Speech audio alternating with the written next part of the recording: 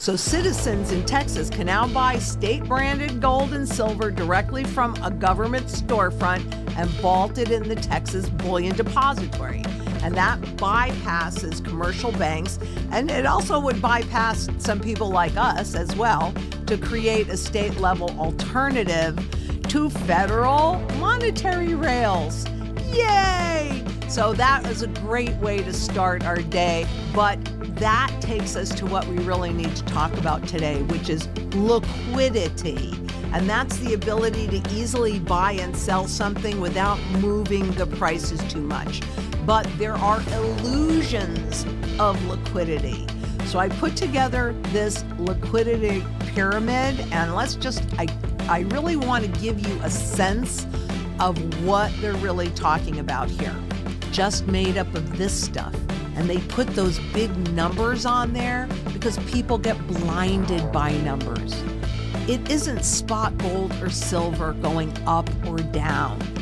It's the volatility in the markets as this bridge that we're walking across, this financial bridge, is swaying back and forth. That's really what the volatility is. But of course, people always think that this time is different. Texas just became the first U.S. state with a full sovereign bullion supply chain. This is pretty big news.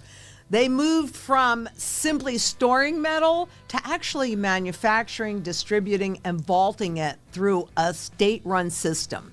So citizens in Texas can now buy state-branded gold and silver directly from a government storefront and vault it in the Texas Bullion Depository.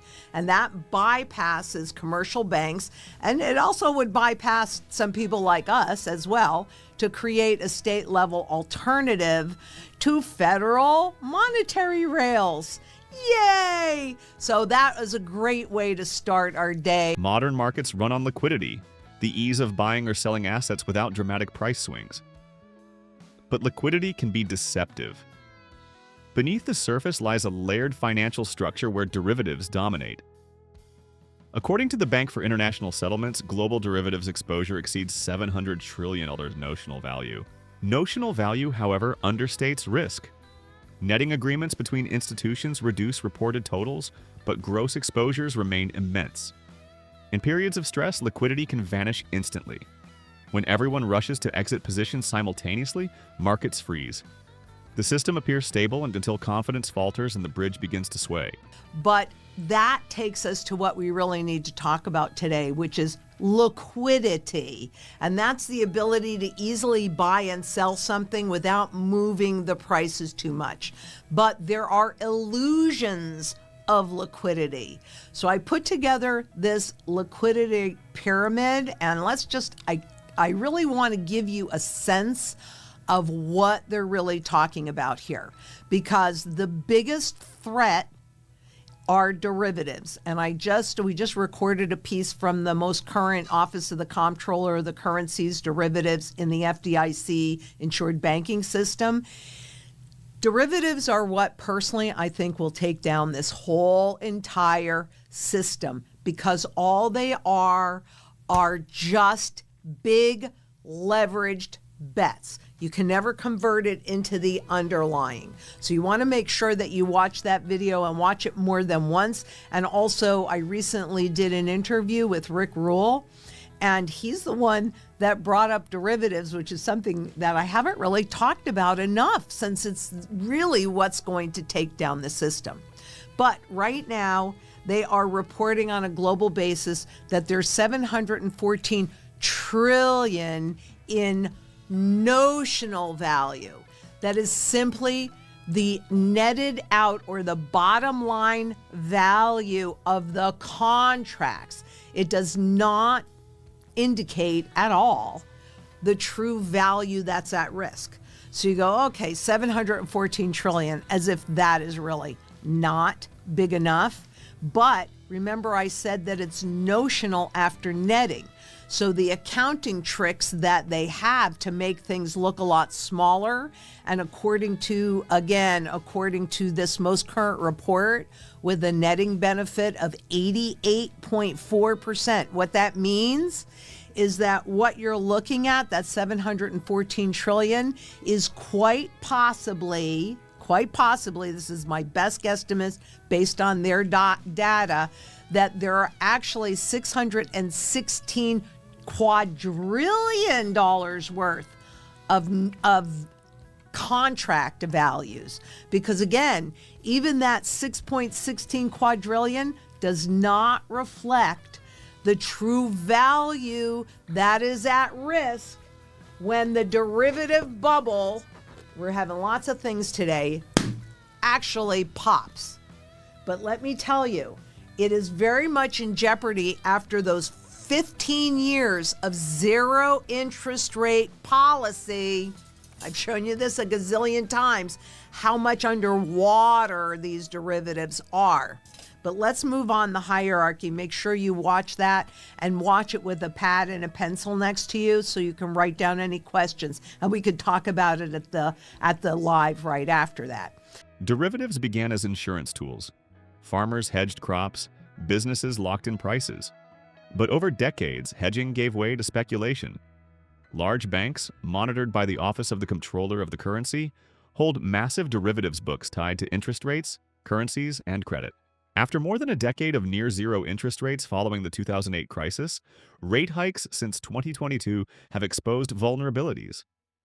When borrowing costs rise rapidly, leveraged bets unravel. Unlike physical assets, many derivatives cannot simply be converted into something tangible. Their value depends entirely on counterparties remaining solvent and confidence remaining intact. So that's the biggest challenge that I see are these derivatives, and these are hidden threats. These are not things that we actually see. Now, I tried to pull up all the valuations in private business, commercial real estate, non-monetary commodities, digital assets, and I could really only come up with the total number for digital assets, which turned out to be 1.25 trillion and growing, considering the fact that when this pyramid was already created, it probably wasn't even out there yet. Going beyond there, this is securitized debt and stocks. Well, what's securitized? That means that they take the debt and maybe they take the interest on the debt or your ability to pay or the payment on that debt, and they turn it into products and sell it back to you. So securitized. This is true for credit cards. This is true for bank loans. This is true for any of the debt that is easily turned into a product and sold back to you as an asset. How's that work? Somebody's liability over here becomes somebody's asset over here. Well, and it's all about debt. And debt can make things look much better, but when you see headlines like this that say federal debt is projected to approach crisis levels, it's already there. Anything else is just hopium, because it's already here, and I hate to tell you this, but the debt bubble has already popped, which means all these other intangible fiat money assets that are based on this stuff, and you can only convert it back into this stuff. This is the level of inflation that they've done with all of this money printing. Modern finance thrives on securitization. Loans, credit card balances, and mortgages are bundled into products and sold as investments. The Congressional Budget Office projects U.S. federal debt to continue climbing toward historic highs relative to GDP. In this system, one person's liability becomes another's asset. Debt is repackaged, rated, and traded. It creates the appearance of prosperity. But when debt expands faster than productive output, fragility increases. Easy money policies inflate asset prices, encouraging risk-taking. What appears as growth may simply be leverage layered upon leverage. And there are holes in that big fat balloon, make no mistake about it. But you want to see the real equity that it's sitting on? Here it is. This is, oops, missed one. Currency illusion. Nope, we're not there yet. The currency illusion, which is this stuff. Physical notes in the US dollar, they anticipate it being like 2.3 trillion. But hey, You know, this is $1 million or $1 million Bolivar note. I can't buy anything with it. Can't barely buy too much with this $100 bill either, can we? No. So all of this intangible, inflated, made up, really great formulas for making things in somebody else's best interest sits on just this little bit, this finite amount of physical gold and physical silver. So as this whole pyramid implodes, when I sit here and I tell you it's the true fundamental value, the value of physical gold and silver during an implosion like this right now, I don't know, 40,000, 2,000, something like that. Oh, chump change. Because all of what I'm showing you here is just what we can see. The real danger is in what we can't see. And we can't see a lot. We have really no visibility. And do you understand derivatives? Nope. And when they were creating the speculative derivatives, because they've been around for a while. I mean, you know, if I'm a farmer and I plant a crop that's going to the market in September and it's January, I would buy a derivative I would sell a derivative contract. If you're going to sell in the future, you sell futures. If you're going to buy in the future, you buy futures. So I would sell derivative contracts to make sure that if my crop goes to zero, I still get money out of it. It's my insurance policy to make sure that I can live another season and plant out another season. That's end user. That makes sense. But what we're talking about here in this pyramid that you're looking at here, that's all speculation, just made up of this stuff. And they put those big numbers on there because people get blinded by numbers. It isn't spot gold or silver going up or down. It's the volatility in the markets as this bridge that we're walking across, this financial bridge, is swaying back and forth. That's really what the volatility is. But of course, people always think that this time is different. Physical currency represents only a fraction of total money supply. Most dollars exist digitally, created through bank lending and government deficits. When supply expands faster than economic output, purchasing power erodes. History offers cautionary tales. Hyperinflation in places like Venezuela demonstrates how rapidly currency can lose value when confidence collapses. Gold and silver, by contrast, are finite. They cannot be printed or digitally expanded. Advocates argue this scarcity anchors long-term value. While prices fluctuate, the metals are not liabilities issued by governments. They are assets without counterparty risk. This piece that I'm showing you here, this goes back to the 1800s, and it's Currier and Ives, or actually I think this is Ives before Currier even, or maybe it's Currier before Ives. I don't remember. But it is the way to grow poor and the way to grow rich. And so how do you grow rich? Is hard work, producing something and being of value. That's how you do it. That's what I think my job is every time I go on air. It's to bring value to you, right? But what has Wall Street turned into but a big casino? And look at this. These aren't my annotations. These are the words that were used in those, the way to grow poor, inflation, because that's what governments always do. They inflate and spend. They change policies to manipulate the moves in the markets and also to manipulate how you think about them. They extend credit. That's that whole pyramid that I'm showing you is just on debt and credit and those easy money policies and gambling.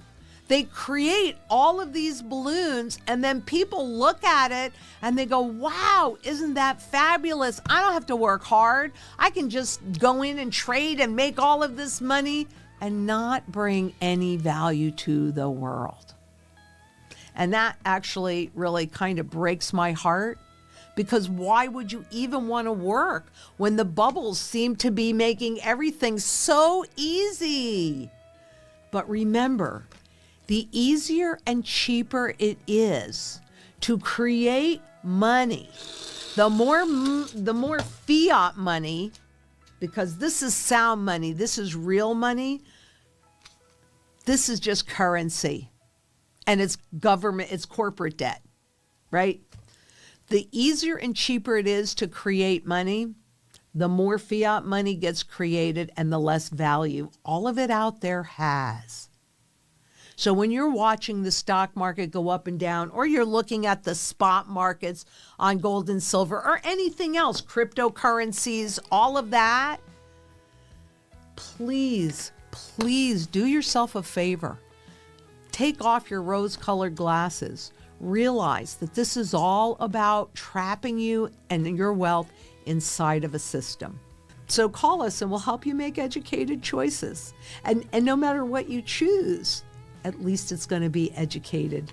Financial markets increasingly resemble speculative arenas. Short-term trading, leverage, and algorithmic bets dominate headlines.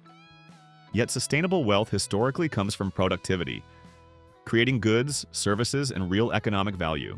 When money is cheap to create, asset bubbles form. When credit tightens, they deflate. The question investors must ask is simple. Is the system built on durable foundations or on expanding debt? Texas's Bullion Initiative may not transform the global order overnight, but it reflects a broader unease and a search for financial structures grounded in tangible value rather than expanding promises.